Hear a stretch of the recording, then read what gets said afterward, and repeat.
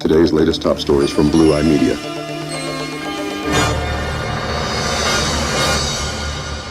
And now from our global friendly partners. Bombshell Epstein Files referencing Donald Trump have been released in the past 24 hours, and many of the claims in them are explosive. I'm going to need you to share this around because Donald Trump does not want it talked about. First and foremost, we have this email from an attorney who worked on the case in New York saying that Donald Trump flew on Epstein's plane much more than has been previously reported and much more than they knew. He was listed on at least 8 flights between 1993 and 1996, including having Maxwell on some of these flights. On some of the flights were possible witnesses in a case against Ghislaine Maxwell. Then you have this email where investigators are talking about at least 10 co-conspirators, 3 located in Florida, 1 in Boston, 1 in New York, and so on. And the FBI never charged any of these people, and we don't know who they are because their names are redacted. We also have this crazy letter that Epstein allegedly sent to Larry Nassar days before he died, where he said that Donald Trump likes young girls as much as they do. Also included in the files are some tips that were made to the FBI referencing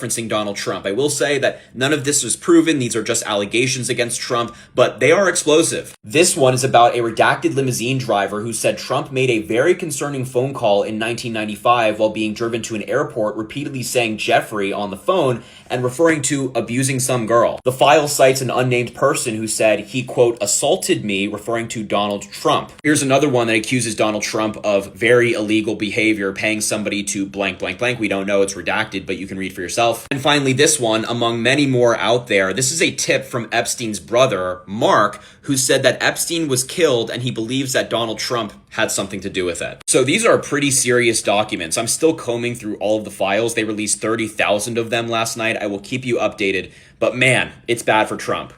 We have some news right now. Donald Trump is caught in another lie, this time about Jeffrey Epstein, and well, here's how we found out. This is a Real Truth Social post from January of 2024. I want you to read this line with me.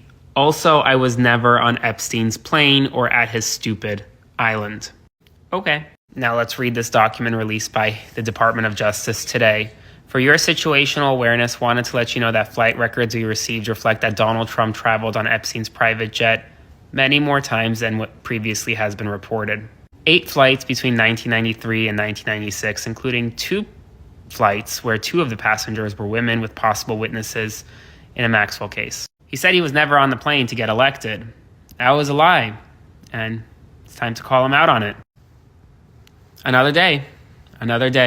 I've got some big news this evening. Congressman Ro Khanna has confirmed to me this evening that they will be filing inherent contempt proceedings against Attorney General Pam Bondi upon return from the congressional break that is happening right now for the holidays. They will give Pam Bondi a grace period of 30 days to essentially produce all of the remaining documents, but that inherent contempt proceedings will be filed. They won't just draft them, they're going to be filing them.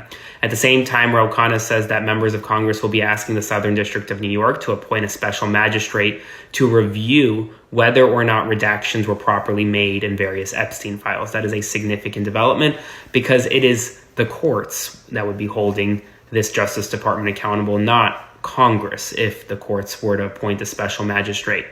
There are major things happening right now on Capitol Hill. Full interview with Congressman Ro Khanna will be up on my YouTube, which is just linked in my bio, so go check it out. It'll be up in a few minutes, and follow along for all the news you need to know about. One of 252 Venezuelans sent to CECOT between March and April. Inside, he says, their hands and feet were tied, forced to their knees, their heads were shaved. There was blood everywhere, screams, people crying, people who couldn't take it and were urinating and vomiting on themselves. That's a clip from the 60 Minutes episode that CBS pulled from the air before it was shown here in America, but Canada showed it.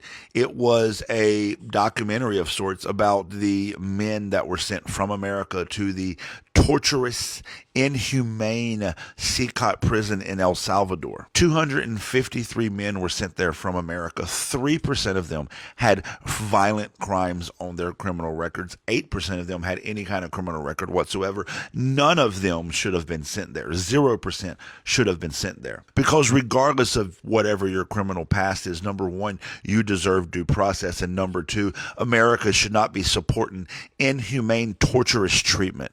The 13-minute segment from 60 Minutes went into great detail about the inhumane, torturous treatment these men received and the inhumane, torturous conditions they were kept in. I mean, it is abso-fucking-lutely disgusting. And not only did we send them there, America paid the El Salvadoran government to torture them, to keep them. This is absolutely despicable, moralist behavior in the name of the United States under the Trump regime. And now that same regime is putting out Christmas commercials like this.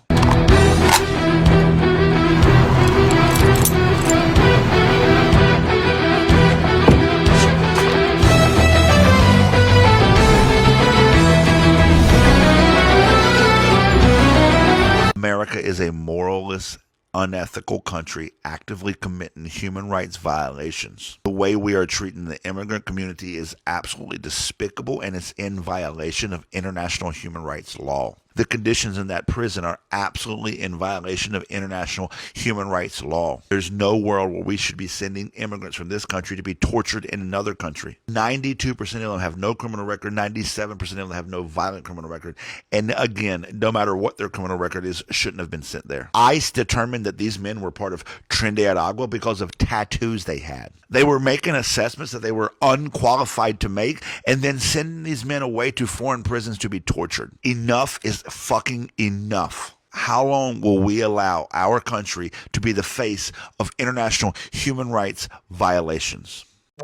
Follow Blue Eye Media for exclusive insights and breaking news sources from global-friendly outlets that you'll never get from the mainstream cable TV and antenna radio or satellite outlets. Learn how to play the flute of the world and learn the real facts.